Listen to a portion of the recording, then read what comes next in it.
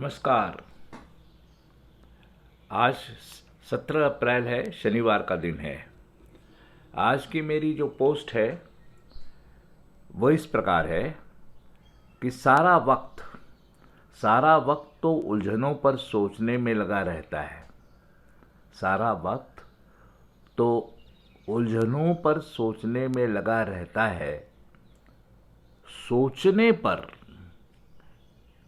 Comma inverted comma, सोचने पर ध्यान ठहर पाए तो बात बने। सोचने पर ध्यान ठहर पाए तो बात बने।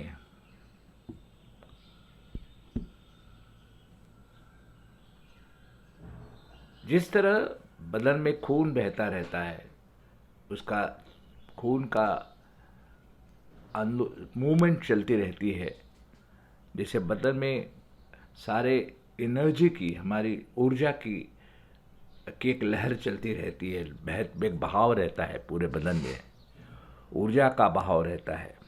जैसे धड़कनें चलती रहती हैं, वैसे ही एक चीज़ और है जो हमेशा हमेशा बिना रुके चलती रहती है, वो है थिंकिंग, सोचना। सोचने का काम जो है वो चलता ही रहता है। आप कुछ भी करें, कुछ भी करते रहें, कुछ भी काम में मग्न हो, किसी भी काम में मग्न हो, आप सोचते ही रहते हैं।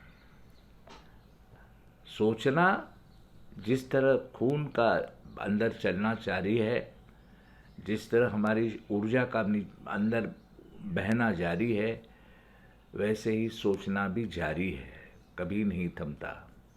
हालांकि लोग कहते हैं कि जब बिल्कुल प्रगाढ़ निद्रा हो तब सोचना नहीं होता। कुछ माने में सही है बात, लेकिन फिर भी सोचने की प्रक्रिया जो है वो विश्राम करती रहती है।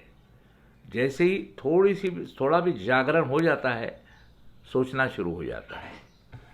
फिर अर्ध जागरण हो तो स्वप्न के रूप में, और पूर्ण जागरण हो तो अभी जैसे मैं आपसे बात कर रहा हूँ, आप सोच रहे हैं, मैं भी सोच रहा हूँ, वो सोचना सोचना सोचना विचारना चलता रहता है। और जब तक विचार चलते रहते हैं, वो विचार किस चीज़ पर चलते रहते हैं? हमारी सारी समस्याओं पर, उलझनों पर, जो हमें आंतरिक रूप से जो प्रश्न पड़े हैं उन पर, या अंदर जो विचार उभर रहे हैं वो विचारों से विचार फलते रहते हैं। एक विचार से दूसरा विचार, दूसरे से तीसरा, तीसरे से चौथा, और सामने का जो अनुभव लेते रहते हैं हम, जगत का अनुभव, या जो ले चुके होते हैं, वो दोनों अनुभव कभी स्मृति के रूप में हो या कभी प्रत्यक्ष जो होते हुए, दोनों ही हमें विचारने के लिए मजबूर करते हैं और हम विचार करते रहते हैं। विचारों से विचार निकलते रहते हैं। तो ये विचारों की प्रक्रिया जो है, विचार करने की, थिंकिंग की, चलती रहती है। और जब ये चलती रहती है तो इसके अंदर एक प्रतिबिंब उठता है। जैसे किसी दर्पण में कोई प्रतिबिंब होता है, दर्पण में हम झांकते हैं तो हमें हमारा पूरा प्रतिबिंब, ये शारीरिक बिंब जो है, हमारा शरीर आकार का जो बिंब है, वो शारीरिक देह का बिंब उसमें दिखता है, जिसको हम प्रतिबिंब कहते हैं, हमारा प्रतिबिंब दिखता है। लेकिन विचार एक ऐसा दर्पण है जो चलता रहे चलता रहे चलता रहे। जब विचार, तो एक दर्पण की तरह काम करता है, जिसमें जिसमें विचार करने वाले का भाव बिंब, जैसे वो प्रतिबिंब है, वैसे उसका एक भाव बिंब उभरता है। और वो भाव बिंब जो है वो मैं, अहम, मेरा, मैं, ये सारे शब्द जो हैं, जिससे फले हैं, वो भाव, वो अहम भाव उसमें से बिंबित होता रहता है। भाव बिंब होता है वो। जैसे चित्र बिंब होता है, हमारा चित्र बिंब जो है बाहर दिखता है दर्पण में, उस दर्पण में हमारा भाव बिंब दिखता है। और भाव बिंब जब प्रकट होता है तो वो भी चित्र बिंब की तरह दिखने लगता है। इस पर जरा गौर करके ध्यान से सोचिए, ऐसा होता है या नहीं होता है। आप 2 मिनट के लिए रुक जाइए और देखते रहिए अंदर की प्रक्रिया, अंदर की मूवमेंट क्या है। अंदर जो बह रहे हैं, विचार बह रहे हैं, केवल विचार बह रहे हैं, और कोई विचारक बह नहीं रहा है, फिर भी बह रहा है। क्यों नहीं बह रहा है? फिर भी बह रहा है इसलिए क्योंकि हमारा जो आभास है, आभास निर्माण हो जाता है उसमें से। जब विचार चलते रहते हैं तो विचारक का आभास पैदा हो जाता है, और वो आभास इतना स्थूल, गहन, इतना सॉलिड हो जाता है कि लगता है कि वो और विचार अलग हैं। ऐसा एक द्वैत, उनमें एक भेद पैदा हो जाता है अंदर के अंदर, जो है नहीं कहीं अस्तित्व में भेद, लेकिन हो जाता है। अगर जो चीज़ नहीं है अगर तो हो जाए तो फिर है, उस क्षण की तो वो रियलिटी है, एक सच्चाई है। तो देखिए, जब विचार आ रहे हैं अंदर, हम सोच रहे हैं, उस समय सोचते सोचते भी सोचने वाले का भी बिंब उसमें से दिखता है, और वो सोचने वाला फिर एक कंट्रोलर का, नियंत्रक का, वो सोचता है कि वो विचार चला रहा है, जबकि वो विचार का ही प्रतिफल है। अगर विचार न हो तो विचारक नहीं होगा, लेकिन वो सोचता है कि वो विचारों को चला रहा है, वो उसका कंट्रोलर है। जो उसका प्रतिफल है, वो प्रतिफल ही उसको अपना कंट्रोलर समझ रहा है, उसका नियंत्रक।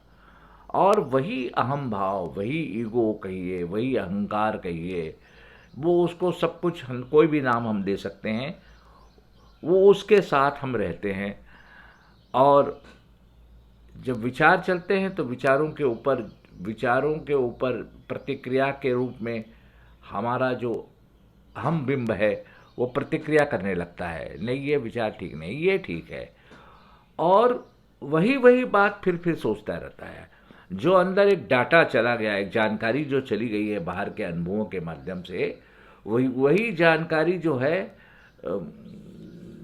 एक दूसरे में गुथी होती है, और एक दूसरे से उसको क्या कहते हैं, मथी जाती है, गुथी जाती है, मथी जाती है, गुथी जाती है, मथी जाती है, वही चलती रहती है, और कुछ नया नहीं है।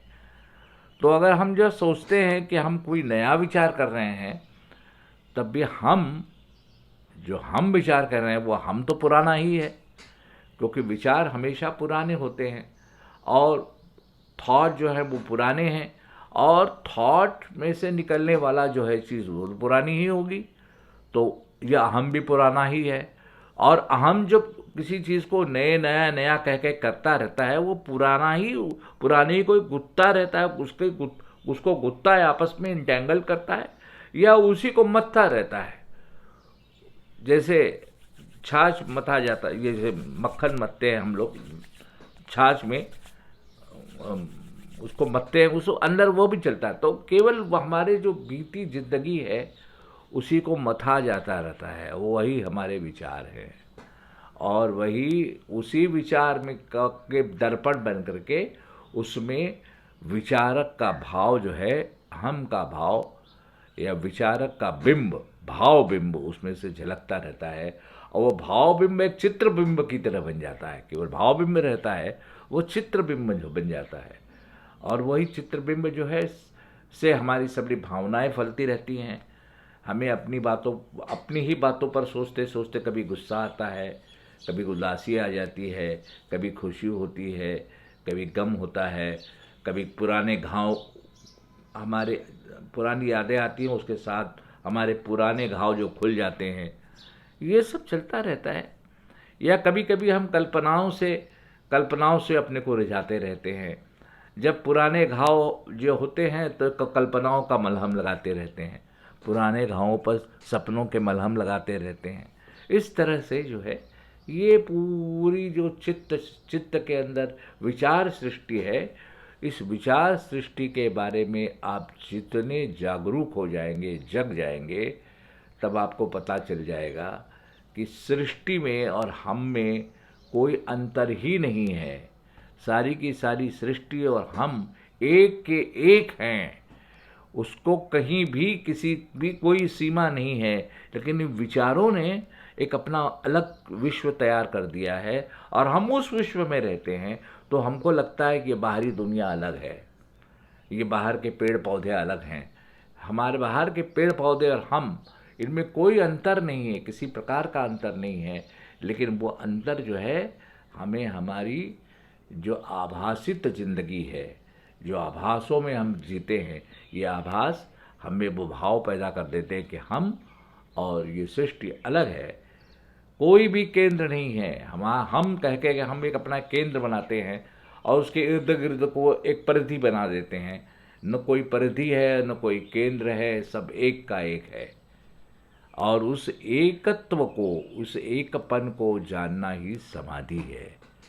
तो समाधि के लिए क्या जरूरी है कि जो कुछ भी हो रहा है, गलत हो रहा है, सही हो रहा है, जो भी हो रहा है, बिना किसी किसी उसके प्रति किसी किसी उसको निष्कासित करने के भाव से, उसको रिजेक्ट करने के भाव के, और न ही उसे स्वीकारने के भाव से, पूरी तटस्थता के साथ जब आप गौर करें, ध्यान दें, तब उसी ध्यान को जागरण कहते हैं। अब वहाँ केवल थिंकिंग थिंकिंग थिंकिंग दिखेगी, न कोई थॉट दिखेगा, न कोई थिंकर दिखेगा।